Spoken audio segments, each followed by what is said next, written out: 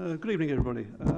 Thank you and welcome to this meeting of the Scrutiny Climate Change Environment Committee on Wednesday, the 18th of December 2024. Thank you for coming out on such a horrible wet evening. May I remind everyone present that this meeting will be broadcast live via YouTube and the recording will be archived for future viewing. Could all councillors and officers please ensure that when they speak, they switch on their microphones, and when they finish speaking, they switch off their microphones. This is extremely important for the live stream to ensure the cameras will be focused on the individual who is speaking. Thank you very much. Right, so first of all then, item 1, apologies for absence. Could we receive any apologies for absence, please? Thank you, Chair. We've received apologies from Councillor Allen, Councillor Smith and Councillor Holton, with Councillor Allen appointing Councillor Warman as his substitute. Thank you very much, Daniel. Thank you. Thank you. Item 2, declarations of interest. Does any councillor have any declarations of interest to declare on the items under discussion at this evening's meeting? Thank you. None of them. Thank you very much. Item 3, urgent business. To consider any urgent business brought forward to the committee under Rule 12. I'm not aware of any urgent business. Any urgent business? No, neither is James. Thank you, James. Thank you.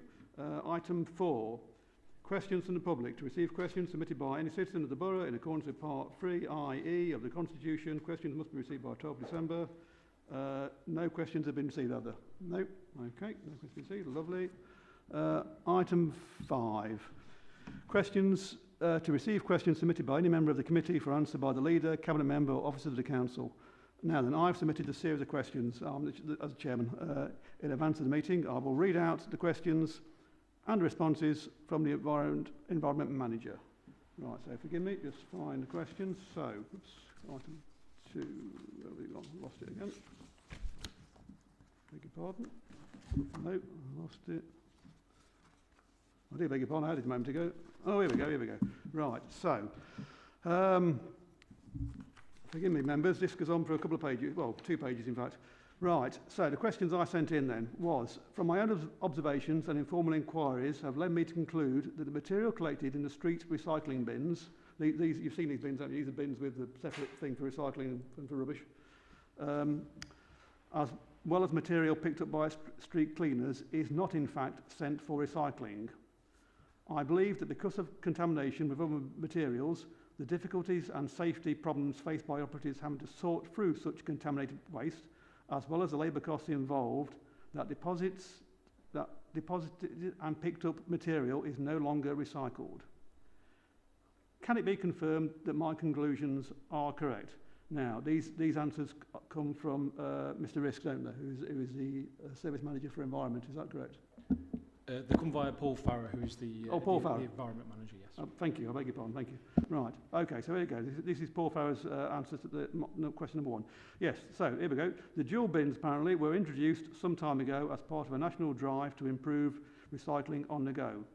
However, as you have identified, the council has experienced significant problems with contamination being placed in the section designated for recycling. This is a general problem and not something that is specific to East Staffordshire. The presence of contamination is also a problem with bins designated for recycling material only. As you correctly state, the street cleaning operatives are unable to sort this material and it is placed into a refuse collection vehicle for disposal. Right. The council sends its dry recycling material to a processing facility where it is separated into the various material types. However, under the terms of the processing contract, the facility has the ability to reject a full vehicle load of material should it contain too much contamination. If this occurs, the council is required to meet the costs of disposal, and on this basis, allowing contamination into the load carries considerable financial risk. Okay. Question 2. I sent them 10 questions, by the way. Question 2 then. When was it decided that this material could no longer be recycled? Okay, so contamination has been an historic and ongoing problem. This is the answer. So I haven't got a particular answer as to when they decided to not do it, but I can see why they've decided it. Question 3. Are any records available about the quantities of useful material that was collected from street bins and by street cleaners in the past? The answer is the council does not capture this data. Okay. Question 4. What was the financial benefit or deficit that this activity delivered? The answer is, this is not specifically measured. Generally, the council is able to generate an income from all commingled dry recycling material sent for reprocessing. In the last full financial year, 2023-24, this equated to £309,000. Okay.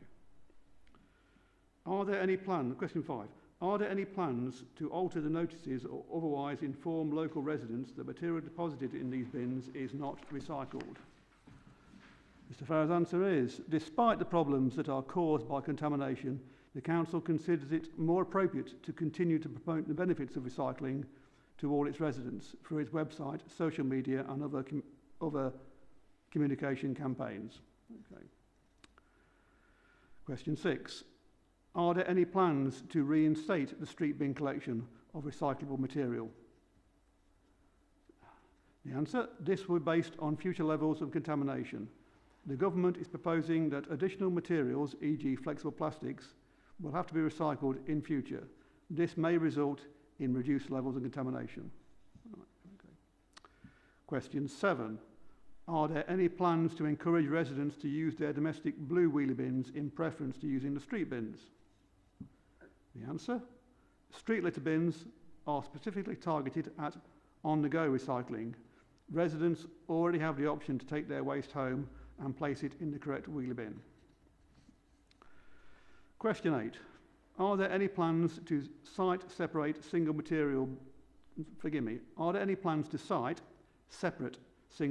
material bins containers in public areas, such as on car parks and or near the entrances to public parks? Mr. Farrow's answer, bins on public parks fall into two categories, single material or dual general waste and recycling bins. Since 2020, the Parks Development Programme has had a specific target for the replacement of single material bins with larger dual-sized recycling versions. Funded via S106 agreements, priority has been given to green flag sites. It's your neighbourhood park entries and problematic sites where either overflowing bins or large amounts of litter have been reported. Larger dual-sized bins have the added advantage of reducing visits by contractors and as a result lowering emissions associated with diesel vehicles. All single material metal bins that are removed are either sent for recycling or held in store to replace any across the estate that are vandalised or experienced wear and tear. Presently, 119 single material metal bins remain. All right. Question 9. Are there any plans to revise the current version of ESBC's Recycling and Environmental Communication Plan? The answer. This document remains valid. The Staffordshire Waste Partnership is developing a new joint municipal waste management strategy in 2025, and the current document will be reviewed against any emerging policies. Question 10. Does the council have any specific internal concern? Question 10. Does the council have any specific internal policy concerning waste reduction and how its staff and members should recycle certain materials? The answer. The council has placed segregated bins in all areas for the staff to recycle paper, cardboard, mixed recycling and general waste. Action 1.7.14 in the Climate and Nature Action Plan is to review current recycling provision within the council buildings with a view to increasing recycling rates. This will be completed before the end of 2024-25. In addition, work to reduce the purchase of single-use plastics by the council is ongoing. This will reduce the amount of plastic waste. Right, so I do appreciate there's a lot of long questions there and a lot of even longer answers. From my personal position, there are some points I would like to go over again, but I may send these on my own back. But has anybody else got any comments they would like to make about the question or the answers at this stage? I'll just say, Chair, regarding the dual bins, There's always going to be an issue because, sadly, the members of the public, you know, and I include myself as one of those as well, as we all are in respect. There are signs on the bins saying recycled and non-recycled. They are there. Is it not an educational thing that actually we need to put it more out there to say, look, please don't do this, because if we have this situation where, you know, it's costing money, it's actually costing the ratepayers money. You know, so maybe we should be looking at that, the educational side of things. But the business way, you know, people put the things on put the waste in it on the go. You know, if one area is full, they will put it in another area. So I really can understand why, you know, I don't hate the word contamination, but that's the use, isn't it? So you can really understand why people just put it in the other one, because they are great big bins, you know, and they are. I like the dual bin personally, and I've worked with Paul and Mike Hovers, and to have them put in Brislingcote, and I think it's worked personally in that respect. But I was unaware of the amount of contamination that has been going on, I must say. Yes, thank you, Councillor Warman. Thank you. I mean, yes, I mean, I'll give you the preamble to this. It'll sound daft, but me and the dog walk around the ward every day and do a ward inspection of the dog walk. And I pick up. It becomes addictive in the end. I end up picking up flattened cans. I love the ones that have been run by the traffic, they're nice and flat. And I put them in the recycling bin, but it dawned on me that when I look at the bags that the operatives leave for collection by the wagon that comes round, they're all the same. And so I'm wasting my time, aren't I, really? so I spoke to one of the operatives one day and found out all this material. And I get the point that the bin is full. People will put the can anywhere. But to be honest with you, certainly in parts of Wallington and Howard that I often inspect, people leave the cans and stuff next to the bin, you know what I mean? Not even in the bin. So it is, which is why I specifically asked the question, where was it, about does the council want to review its, where were we? The environmental communication plan, recycling and environmental communication plan. And I would have thought, you know, there's scope in there, as Councillor Warman has just said, for more education, getting people to realise, you know, that if we can recycle more, everybody wins, don't we? The council gets more money, your council tax people at home now, it goes down, doesn't it? So that's what I really wanted to get an answer on. But I'm pleased they're now thinking about it, at least. They are thinking about it in some ways, which is good. And I shall have to read these answers again. I wasn't quite sure how many of the large bins with a single material in there are about, but certainly I don't see many anywhere in my ward particularly. It will be good if thank you. It will be good if there are. Thank you. Sorry, as a councillor, I certainly have asked for these dual recycling bins. So I believe all councillors can ask them. I think some are also supplied by parish councils. I think some. The worry is as well. I was just looking at some of your the answers. My worry is that when the bins are contaminated, so on, is the amount that would go to landfill, because obviously that is awful. And I think if the public were made aware of this, perhaps. I'm not saying everyone, because quite frankly, there were some people you can't reach, quite truthfully.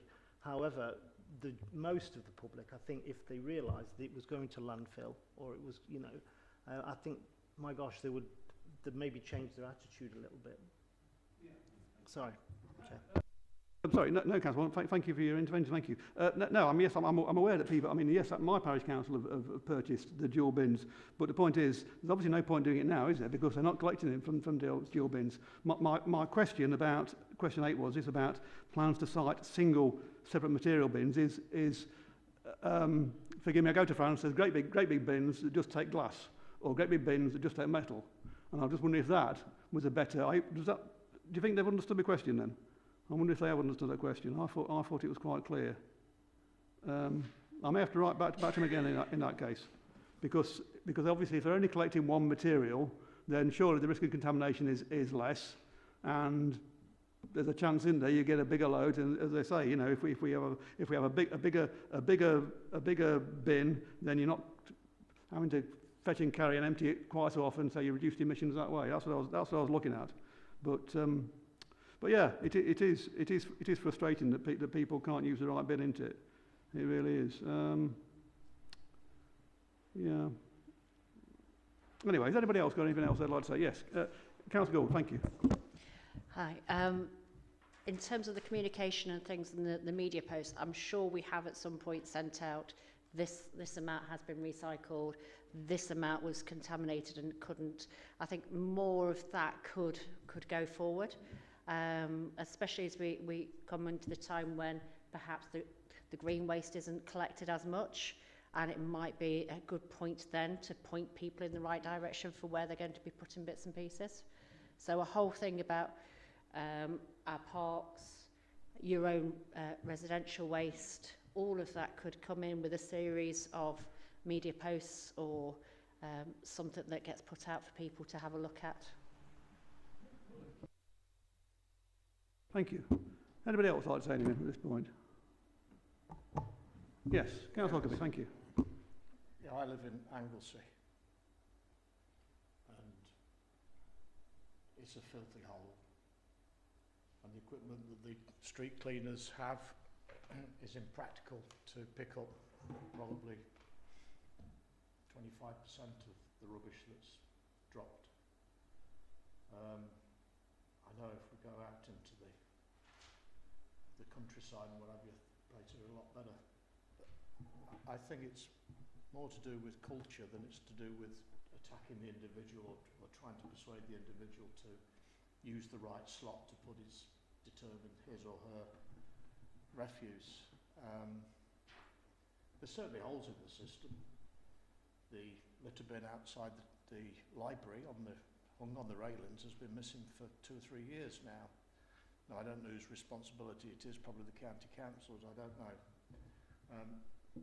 There seems insufficient litter bins at crucial hotspots. But I come back, I think it's cultural. Anybody who's been abroad knows that the culture in the rest of Europe is probably a lot different and a lot better. How we get over this, I'm a great believer in the work that was done to describe how a community starts to disintegrate because of one broken pane in one window. And it's a case of caring, showing that you care, that shames almost people who are watching you into activity themselves. I note that we profited by 309,000 on question 4.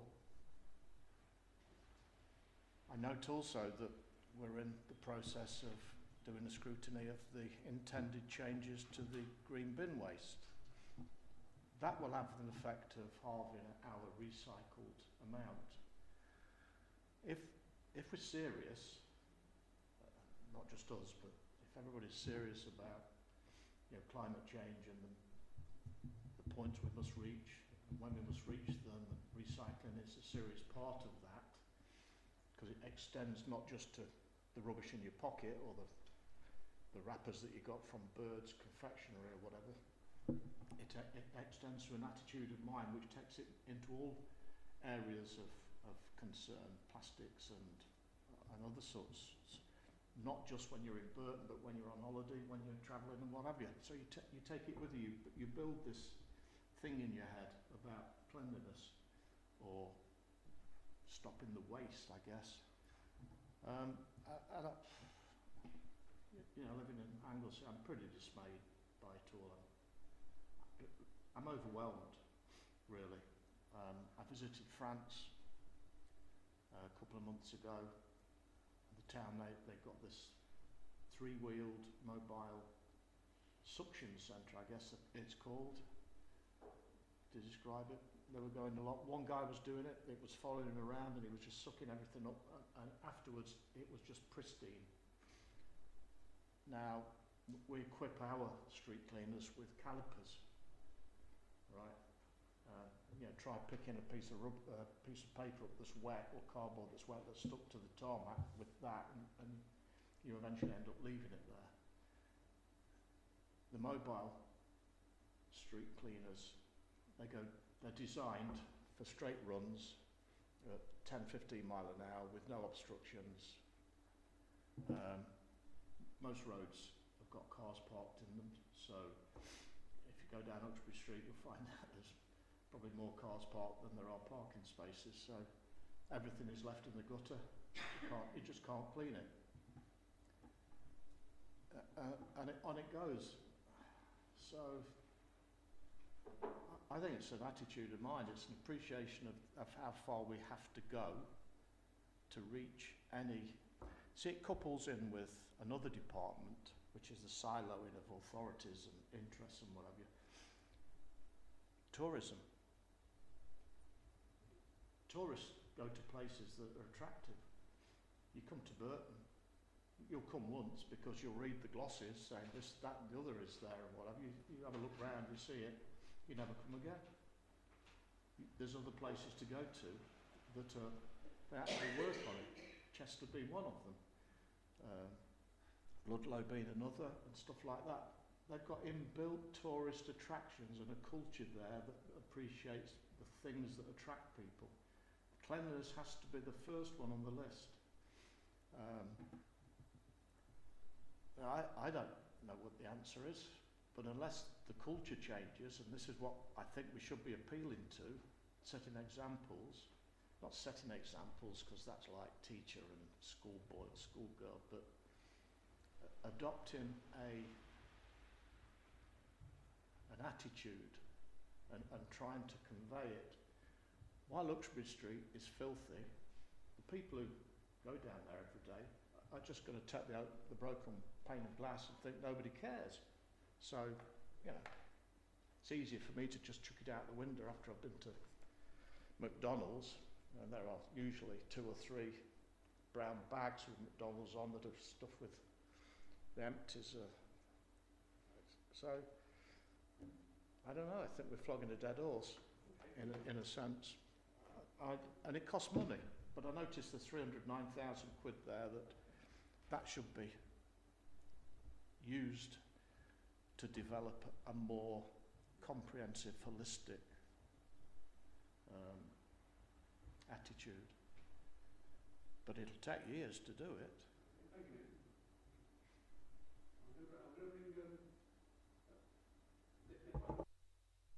you. Yes, Councillor George, thank you. Are we on? Welcome back, by the way. Thank you. It's nice to see you again. Thank you. Yeah, use that one. Yeah, that one's not working. Just following on for that, I think a lot of this is educating in schools, which is already happening. So if you can educate the young children coming up, then it's a natural thing that's inbred and they will just automatically carry it on. And it's more of a, I think in the rural wards, from what I see, it's a community feel. They're very proud of where they live. So you get a lot of volunteers going out doing extra litter picks. And that helps immensely in the rural wards. So not all the time, but there are many volunteer groups that just do it off their own back. So. Sorry, Councillor Bailey, sorry. I have to agree with Councillor George because Councillor Huckerby mentioned culture. Well, culture does not happen from nowhere. Culture is the outcome of proper social processes, and education is one of them. So if you have a good education and you put things in place and you act as a role model, because that also counts, then you have a good culture and a proper culture. It doesn't come, you know, from nowhere. That's the first thing. And the second thing, I wouldn't be so, how to say that, negative about Burton. It's not doomed yet.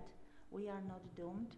I actually had a chance to spoke to one of my residents, an elderly lady who came over here from Poland in the 70s. And she told me that back then, 70s, 80s, it was terrible. She said it's incomparable now how clean Burton is in comparison with those years. She actually mentioned to me when she passed the train station in the 70s, she would get blown in her face with fish and chip oil-soaked papers. And now she said it's not happening because it's cleaner, much cleaner. So I wouldn't be that negative. Obviously, I can agree with Councillor Huckerby. We probably need more modern equipment, like maybe those sections. But another thing is we've been talking about contamination, we've been talking about segregation. When we have suckers or sucking machines, I don't know how it's called really, but you can't really, you know, when you suck it all up, how are I supposed to segregate the waste? You know, it's much easier to pick it up with those clippers or whatever. So unless we get a proper way of doing that and then segregate at the same time, I can't see anything wrong about using clippers, really, that old, used, traditional tool. But maybe I'm mistaken. Thank you.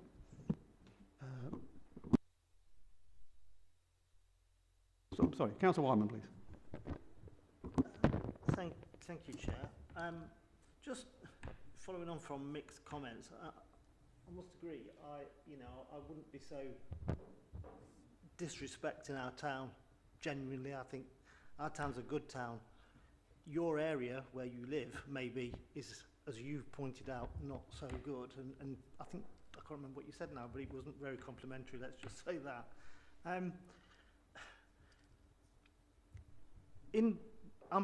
I live in Bristol and Cope. I wouldn't say that's a rural area at all. Yet we still get some, you know, people driving by and throwing McDonald's carton off. But guess what? Our parish councils and as local councillors, I'll stop and pick it up, you know, and all, not just as councillors, but parish councils do organise litter picks. Why aren't you encouraging that in your area instead of talking them down all the time? Which, well, as you've said today, should I say. And I also think our guys do a great job on the street cleaning. Yeah, okay, it is difficult when you've got loads of cars and so on. There is a safety thing as well. We've got a duty of care to our operatives, and if they imagine, you know, you've got a row of cars, and yeah, you can see cans or whatever, or a McDonald's wrapper or something. They can't go and get that. You know, it's difficult. I understand. Maybe we do need different equipment, and maybe we should have. Just me personally, I think maybe we should have more operatives on the streets to actually do it instead of just a couple of people. You know, maybe that's what should be looked at. With recycling, I don't think that, with respect, I don't think that would be recycled anyway, because there would be so many different types of, you know, you can't possibly go, oh, that's a can, we'll put that one in that bag. You'd have about 30 bags, I think, wouldn't you, or whatever. But anyway, that's just it's an observation that I have. So I personally wouldn't put our town down. And I do remember the 70s when we had over the station bridge, where we had Roe Birch and the breweries, and it was awful, quite frankly, the smells. So we have come a long way since those days, thank goodness. Thank you, Chair. Thank you, Councillor Wyman. Thank you, members. You've helped me a great deal there. I'm going to just say that I don't think I shouldn't speak for Mick, but I don't think anyone's pushing the town down particularly. But I mean, it can be better, can't it? That's what I'm getting at. It can be a lot better. And for me, recycling is a positive in both ways. It keeps the place cleaner. It gains us income. You know, it's what we should be doing. It saves emissions, doesn't it? All that sort of stuff. Hey, I've got a nice list of I've got a nice little spider diagram here. Look, I'm going to use. You've mentioned culture a great deal. You mentioned education, communication, tourism. Forgive me. You mentioned culture and care a great deal. I'm going to. If you don't mind, I'm going to meld this into something, and I might write back to the Cabinet Lead for the Environment and telling him that we've discussed this, and this is what we've come up with, and I'll try and share it with you first before I do that. But I certainly think there's scope there for saying something meaningful about how we can perhaps make this better, and obviously it's an important issue, but I'm just looking, forgive me, I'm here now, aren't I? I know I am. So culture, care, equipment, tourism, the effect of the brown bin thing, the amount of money we raise, use of parish councils, education of young people. Yeah, so I'll use this and I will get back to you in due course. But for now, members, I'm going to stop there with that. I think that's been very useful for me. Thank you very much. And I will perhaps write back to Mr. Farrow, you said, didn't it? This wasn't it, Paul Farrow? Gave me the answers. Sorry. Yeah, so the questions have come via the environment manager. Obviously, I think you referred there that we could contact the cabinet member for further responses as well. So that might be useful to do. Yeah. And thinking longer term, there's a number of things there that might want to be unpicked. So it could be something that's on the list for a potential future scrutiny review when we come to that stage with the reviews that we've got on the go at the moment. Yeah, thank you, James. That's been very useful for me. Thank you very much. Thank you, people, for that. That's very useful. Right. Okay. So at this point, then, we will now go on to where are we now? Item 6, isn't it? Item 6, public minutes of the previous meeting. Enclosure 1. Have all those who were here seen the minutes of the last meeting? Say yes. Right. I'm happy with them, so I'm going to propose that we accept those minutes. A seconder for Councillor Gould. Thank you very much. All those in favour of the minutes? Any against? Any abstentions? There we go. I've got that. Thank you, people. Have you got that, Daniel? Yep, lovely. Thank you. So, item 7 now, scrutiny review of community and engagement mechanism in relation to climate change. Enclosure 2, this is. So for those who are relatively new to the committee or back to it, I'm going to say that this now is the final report that the subgroup into review, which was about reviewing the community engagement mechanisms regarding climate change that the council carries out. It's taken us a long time to do this. I really apologise in advance. It's taken us, I think it was a year last September, wasn't it, when we first started it. So it is longer than I would have liked. We had a few difficulties along the way, but having concluded it, I'm happy with it. For the people, for the thousands at home listening or watching avidly, I'm sure you all are, and people who don't know, we undertook a questionnaire which we sent to parish councils. We did a benchmarking exercise with councils similar to ours around the country.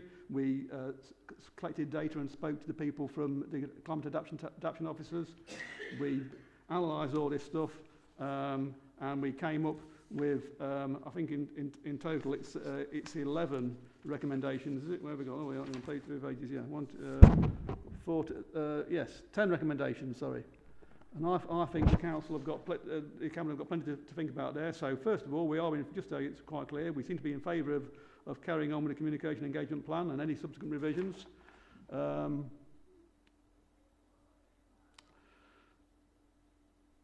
The council already has a calendar of climate change training activities, and we think we should carry on with that. I think we seem to note that the climate change training that has been has perhaps not been as widely uptaken as it perhaps could have been. So we would like to do more like the council to do more on that, and that I think comes down to all of us, both members and staff in the building. I think the council should consider sharing discussions resulting from the town and parish council forum on climate change, which again I believe we're doing that. A suggestion from the climate adaptation officers was that the council considers developing an integrated approach to climate change communications across all service areas. I think that's engaging the service areas in particular, which is like, so everyone owns climate to a point, which I think is good. And that's good. There's stuff here about presenting local emission data, which is also good, I believe. Sharing the stories on the East Staffordshire Climate Stories webpage, which would be good. And where are we? And somewhere on here it says the council should consider employing additional climate change adaptation officers, and I think that's good as well. So there's 10 quite strong points there, I think, for the cabinet to consider. And having taken all this time, I'm quite pleased with it. So Has anyone else got anything they'd like to say about it before I go to the vote on this matter? Stunned to silence. Thank you very much. Right. So in that case, then, I'm going to propose that we accept this report and present it to Cabinet. Do I have a seconder for that? Councillor Gould, thank you very much. All those in favour? Thank you very much. Is that everybody? Yeah? Yep, lovely. Thank you very much. Thank you, members. That's lovely. So I'm told the next stage is that it gets presented to Cabinet. I know I'm going to be away in January and February, but it might be in end of February, might it perhaps, to James? So yeah, in terms of next steps, we'll take that forward through the report clearing cycle that you're familiar with. So ultimately, I think the working assumption is that we'd try to take this to the February meeting of the Cabinet, where the chair will present the report and the recommendations, and all being well, they get approved. And then following that, it's over to the committee to sort of keep eyes on it, I suppose, moving forward. It'll be for the relevant service managers and cabinet members to implement those recommendations should they be approved by the cabinet. And then, as I say, it's probably worth sort of monitoring things from our perspective as we move into the future. But we can keep that as part of the ongoing scrutiny review programme. That's something we'll have on our radar certainly. So, yes, all being well, we'll take that forward in February. Thank you, James. Thank you very much. Thank you. So there we are, people. We can remember to keep this on under review once the cabinet have decided whatever they decide. And obviously, once we've reported to cabinet, if it's myself, hope it is, I shall feed back to you what cabinet said about it. Right. So we're now on to item 8, is it? Thank you. Item 8, scrutiny review programme. I now invite James Abbott, the Corporate Services Manager, to provide an update on the scrutiny review programme. Thank you, James. Thank you again. Thanks, Chair. So, as you know, the purpose of this item really is just to provide an update as to where we are with the various work streams that the committee has on its programme. Obviously, it's great to see that the committee have now approved the report on community engagement mechanisms, and as we've said, we'll now take that forward, hopefully for those recommendations to be presented to Cabinet. We also have 2 other reviews that are underway. So we have the impact of waste subscriptions on climate change, and secondly, the Healthy Homes Initiative as well. So in terms of waste, we start there. Jonathan Lowe has been supporting Councillors Slater, Huckabee and Allen as the subgroup leading on that piece of work. As the research has progressed, I think the key activities that have been identified since the last update to this committee was that we're looking to take members to visit the waste processing sites that we have. I understand there are a number of areas that have been highlighted that members would like to find more out about as well. So, for example, some information around processes, mechanisms for screening recyclable materials, emission levels, fly tipping, composting, to name just a few. I think there's a number of questions that are in play that we're going to try and understand a little bit further. So I think a date's been penciled in for early July for a tour of one of the facilities, which should hopefully be helpful to that review. And I think the subgroup we're also looking to map out the end-to-end journey, if you like, of how the relevant waste is processed, from collection onwards. So lots of data being gathered there. As I say, there's going to be further insight to be gathered as well from the site visit. In terms of the Healthy Homes work, we now have Tracy Parr picking up the reins with the ongoing work into this. As you know, one of the recent meetings of the committee, we had Rachel Little, who's the Environmental Health Manager, deliver a presentation to members, which seemed to be useful. There was opportunity for questions to be raised directly with the officers as well. So then following that, the view seemed to be that there'll be some value in sort of following up on that as a sort of a longer piece of work. So Tracy's been in touch to look at dates to finalise the scope of the follow-on work, and we'll look to get that sort of progressed in the new year. So really, as I say, just want to provide the opportunity, take the opportunity to provide the update as to where we are with those things. Obviously, if members want to get involved directly with those reviews as part of the subgroups, in particular the Healthy Homes work, then please let me know. And similarly, if committee members want to join the visits to the waste sites that we're trying to plan, then please contact Jonathan if you haven't already. And then as we progress with those 2 reviews, maybe sometime into the new year, probably over the next meeting or 2, we'll then start to look at what we'd like to review next in terms of those longer term reviews. As those 2 get closer to completion. I think with that, I'm happy to pass back to you, Chair, for anything that you want to add. Yeah, thank you, James. So the Healthy Homes project, then. So at the moment, I think it's myself, it's Councillor Huckabee, and it's Councillor Holton, isn't it? And anybody else would like to help with that, or anyone got any questions? Sorry, forgive me. You put your hand up first. Sorry, Councillor Bailey. Yes. Go ahead. I am happy to be put on Healthy Homes subcommittee. Councillor Wyman. Chair, is the visit to the recycling site and so on, could all councillors be involved in that?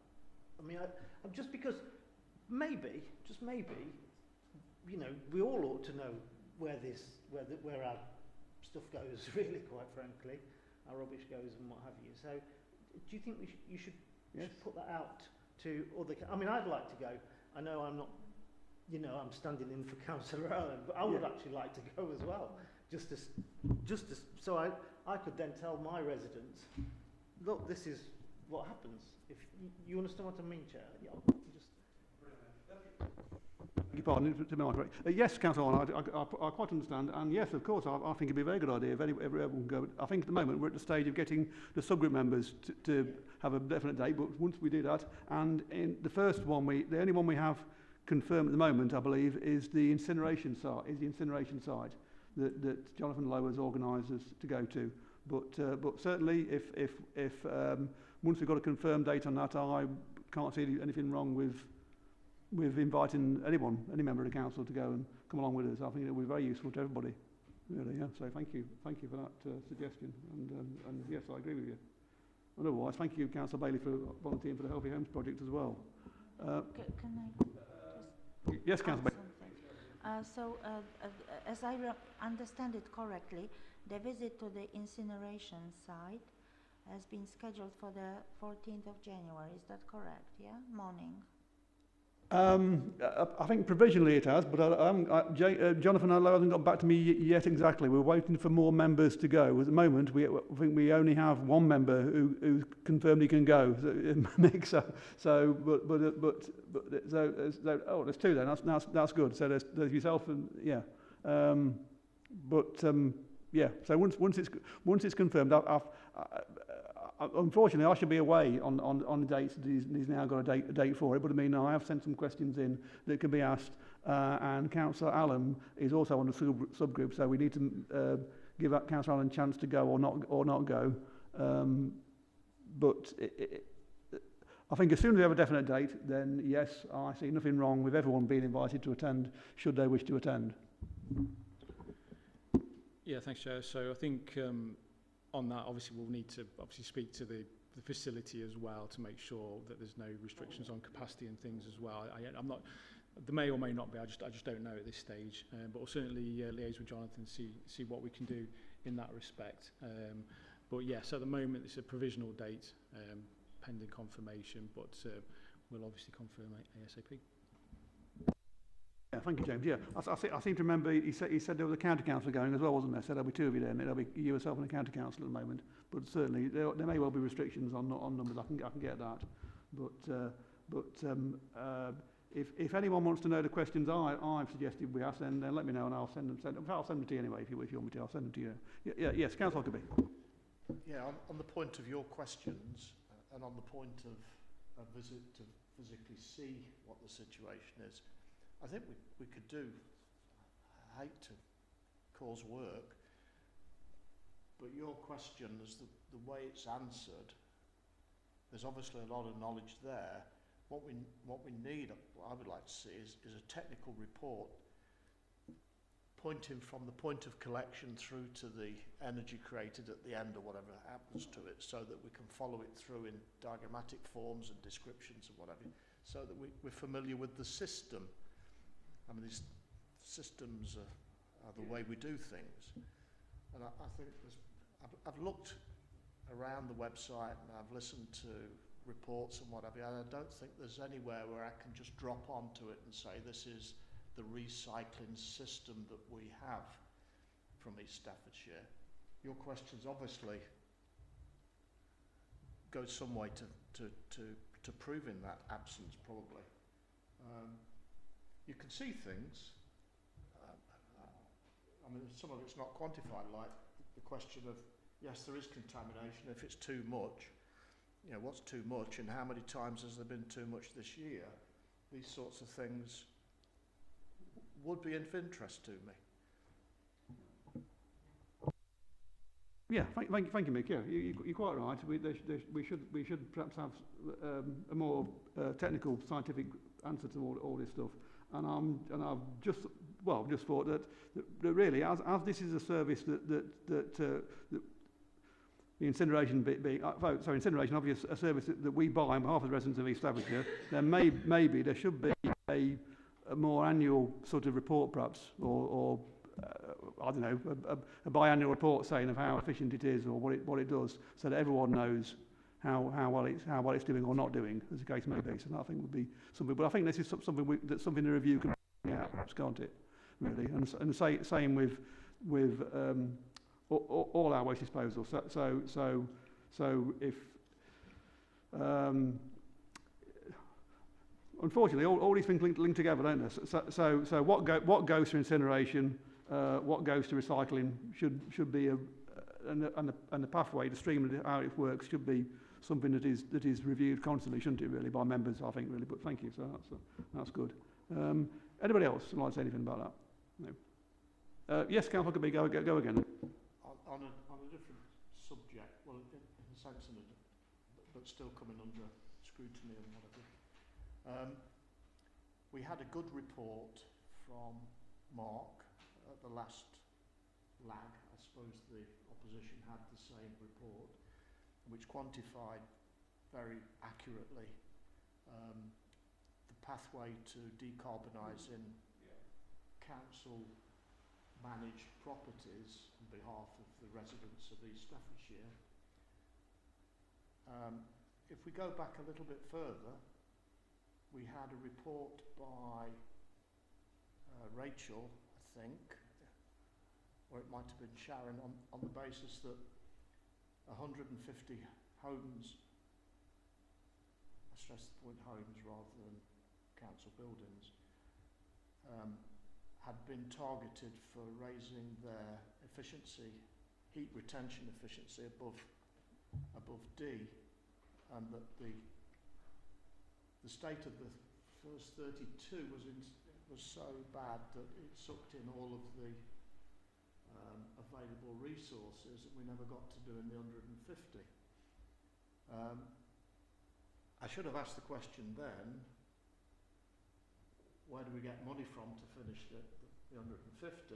And 150, I'm aware that Burton has several thousand of houses which are below D, most of them single brick thicknesses of the walls. So I sort of played these two together and worked out that we're going to spend £10 million over 15 years equipping places like the Town Hall, the Market Hall and what have you with decarbonised heating systems, etc. And we'll save 385 tonnes of carbon being emitted to the atmosphere. So I did a few calcs, and instead of say 10,000 houses, which probably are in the state of losing a lot of heat, I used what's available on Google from authentic organisations that have done calculations, and it seemed to me that 385 a year, if the same amount of money was applied to doing houses up, homes up, the saving will be something like 5,500 tonnes in comparison. Now, these are rudimentary calculations, and obviously there's a fair degree of error in them. But it seemed to me that perhaps we ought to revise our priorities in the sense that nobody lives in the town hall. They come here for a few hours and then go away. Some homes in Burton, people live there all their lives, and children are born there and have to, grow up in them and what have you. Whereas investment in, I know it's about government, where the government grants come from, and there's some for this area and then there's some for this area and what have you, but there was no mention about the 150 homes where the money came from or where it was going to or whatever. It was just a report just almost a single line report. But the advantages of doing homes is that you save people's money from having to buy heat that escapes very quickly, so they're replenishing it all the time. So the cost of living crisis is answered in some way.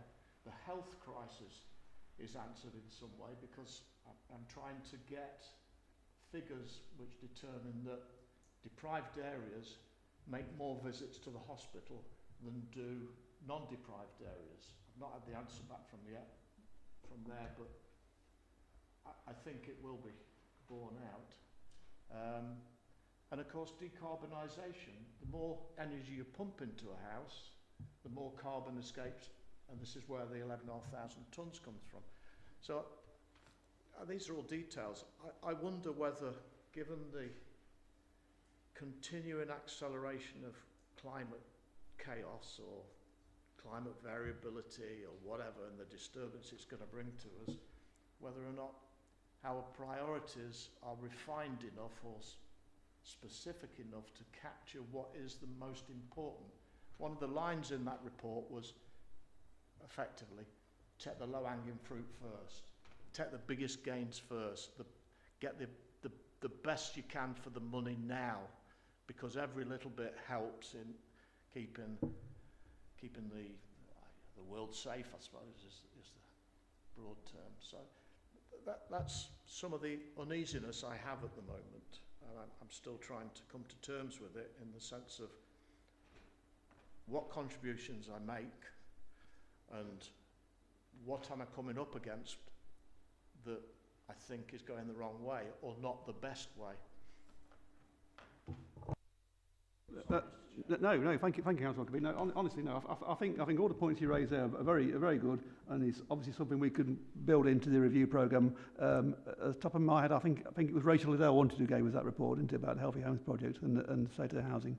So I think, yeah, this is good stuff, and we need to tabulate it in some form and get it in the recommendations of the review once the Healthy Homes Project people get going on that. That will be good.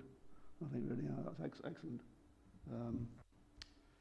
I mean, I'm sure that you know, the argument will be that we need to do everything, don't we? We need to do the town hall as well, with the buildings out there. But you're dead right. Maybe priorities going on to where people live is something that should be considered seriously. Right. Yes, Councillor Warman. You'll have to excuse my ignorance a little bit, but are we talking about Trent and Duff housings? No, but just every. Okay. So what you're asking us to do then is, and I'm just playing devil's advocate a little bit. You're asking people to use public money to do private homes up. Is that what? As in lag them or wherever? Is that what you're saying? Or because it is a difficult one, isn't it? Because I mean, mine's done and so on. You know, I do that sort of thing. I think we all try, but sometimes it's about life choices, isn't it? Yes. No, not at all, Councillor Warman. No, it's okay. The Healthy Homes Project is a already funded project already, isn't it? It's got government money behind it. It's about retrofitting or improving the energy efficiency of homes with a low EPC rating. I think that's the summary, I think, of the Healthy Homes Project, and Rachel Liddell is responsible for delivering it anyway. And last year there was a target of doing so many houses, and in the end, as Mick said, because the money had been spent, it wasn't used. So I think if you're fortunate enough to have a well-insulated house, then don't worry, Rachel Liddell won't be coming around to your house. She'll be, you know, but I mean, the principle of is that we need to improve everybody's home energy efficiency wise. Because yes, from a pure climate point of view, that reduces emissions, doesn't it, and stops the planet burning to a cinder or freezing to death. I don't know which. It keeps people healthier. It saves their money. It's a good thing to do. And also, as Mick was pointing out, we've got this discrepancy, haven't we, or this anomaly between decarbonising the town hall building where no one lives, as opposed to public buildings out there where people do live. And so these are things that need to be looked at, and which So my general feeling is that the Healthy Homes Project review will study what the council is already doing and has done in the past, and suggest ways that it could be done more beneficially, more efficiently perhaps. That's what I think we're looking at, and maybe more equitably, as Nick says as well. Yes, Councillor Bailey. I just wanted to ask about those two things, because I'm getting confused. So can we just say that healthy homes and what Councillor Huckabee just mentioned, that would be a part of Healthy Homes Scrutiny subcommittee? Am I correct in understanding that? And then it will go, you know, this insulating and all those decarbonizing would be funded by the money for the healthy homes. Forgive me, but I think generally yes is the answer to that question. Yes, that's what it's about. I think it might be wise if we all perhaps reread Rachel's report on the Healthy Homes Project to get in our heads what it is that the council is already tasked with doing. Sorry, Chair, I did read it. Yeah. I'm not saying. Forgive me. I'm not criticising saying it. I'm just suggesting to get it.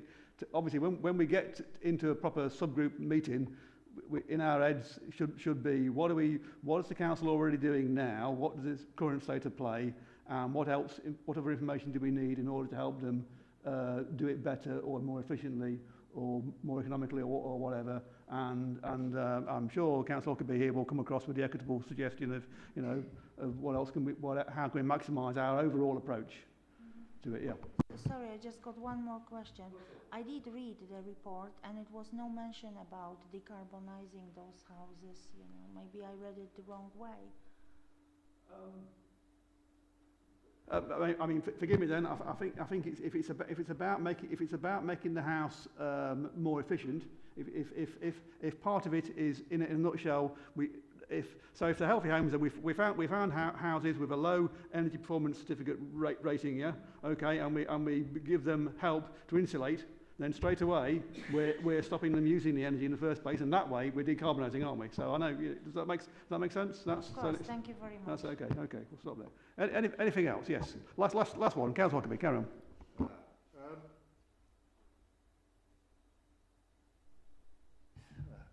Where to start?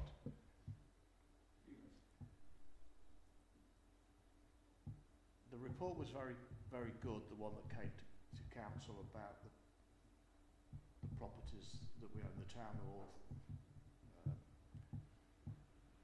cemetery, what have you. The Warm Homes one is coming along. It's not there yet. We've seen the report. There's a lot of details in that, information required and what have you. I responded to that one by saying we have to quantify the problems, the issues, in all their nasty forms, horrible, ugly forms, because it is a horrible area. We've just seen on the television people celebrating their move from rotten housing, rotten communities and what have you, into council estates at the end of the Second World War. And we've read memories of people who were growing up there as children and what have you, how completely different their lives were. My worry is that, 70 years on, that in some areas we're going back to those pre-war conditions. Now, it took a war to change people's attitudes. The soldiers came back from the war, they talked among themselves, they were determined not to allow their families to suffer what they had done prior to the war compared to the suffering that the soldiers did. They weren't willing to make that exchange freely, so they demanded change. And the demands were that they voted for Attlee's government, and he did the best he can, and could it, whatever, with the resources, went into deep debt, took immense risks, and built a lot of houses. NHS was authorised, and state schooling and stuff like that. What worries me is that with the state of our economic situation as a country, and confidence to invest is so important in the system that we have, that people don't really realise just how poor the economy is, especially now Trump's been elected in America and threatening everybody with 25% tariff barriers and what have you. We've got the EC. We came out of there and we're expecting to go back in without paying any tariff. The reason for the EC's existence was as a bulwark against Chinese exploitation by cheap products, and so they put the same tariffs that Trump's proposing to enact for the same reasons, to protect jobs and industries and what have you. So my worry is that we have to see where the areas of deprivation, because these are the ones that will turn into tomorrow's slums. We have to be aware of it. We might not want to do anything, but that's a decision, that's a choice. But it doesn't mean to say that we have to not talk about it, and I'd rather talk about it. Okay, yeah.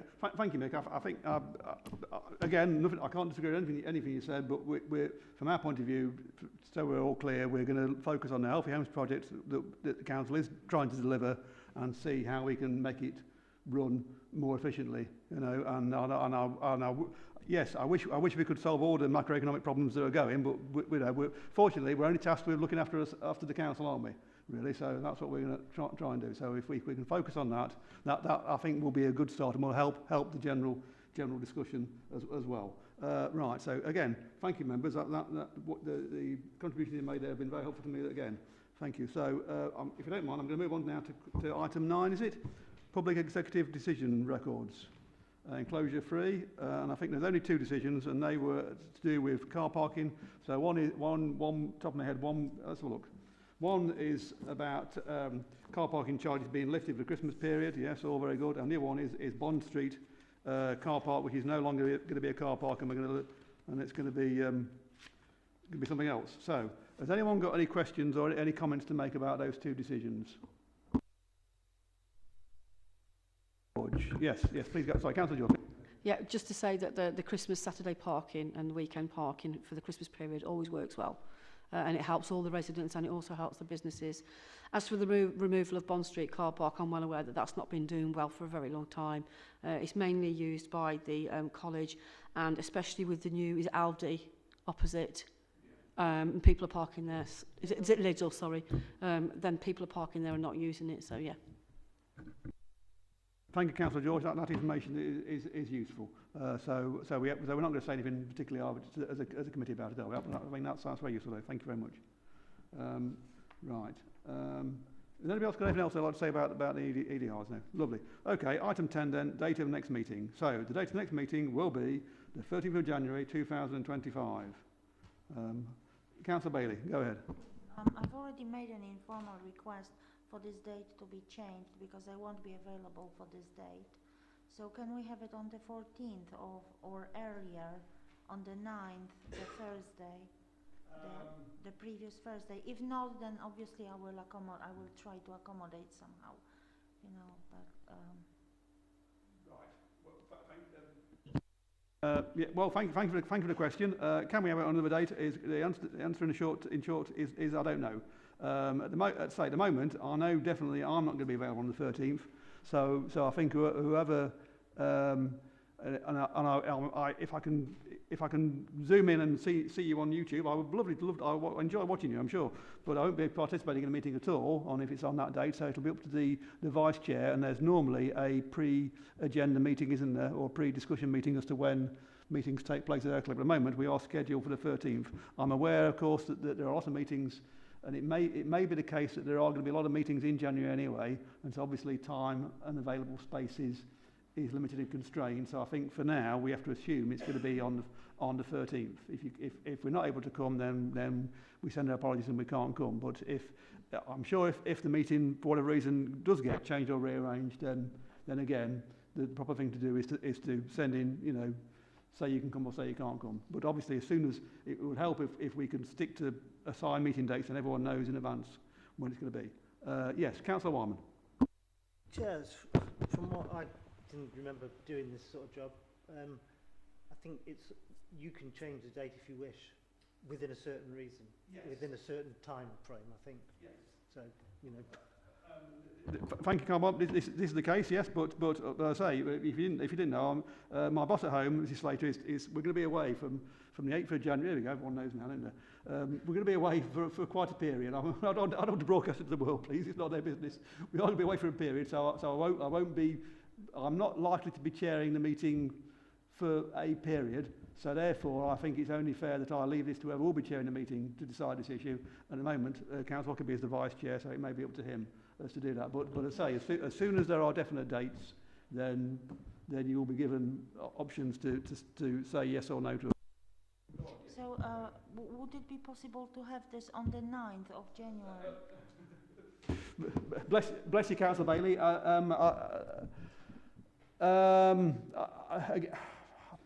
The broad answer is I don't know. I think at the moment we have to assume it's going to be on the 13th or a date afterwards. I think to bring it forward a date would be perhaps pushing it a little bit. James is going to say something. Yes, James. No, just to say that the Regeneration, Development and Market Hall Committee are already meeting on Thursday the 9th, so we won't be able to do it on the 9th. We wanted to get through this evening's meeting to then be able to understand whether there was any impact on this meeting from this meeting on the agenda for the 13th.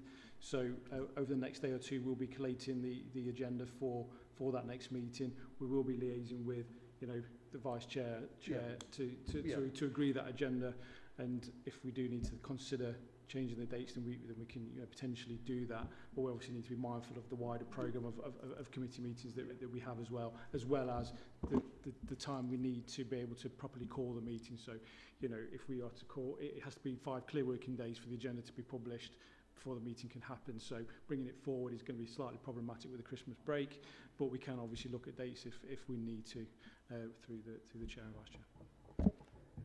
Quite right, James. It is difficult. We have to bear in mind everyone's got other priorities as well. Who was next, please? Was it Councillor? I was just going to point out there seems to be several briefing meetings about the reorganisation of local government that's going to take place in January. I think it'll take precedence over everything, given some of the comments that were attached, descriptive comments that were attached to them, like scary.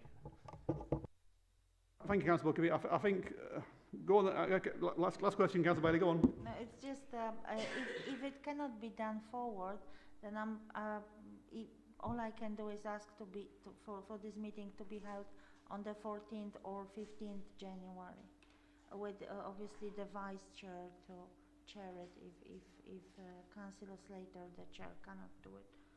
But obviously, if it cannot be done, I'm quite fine with that.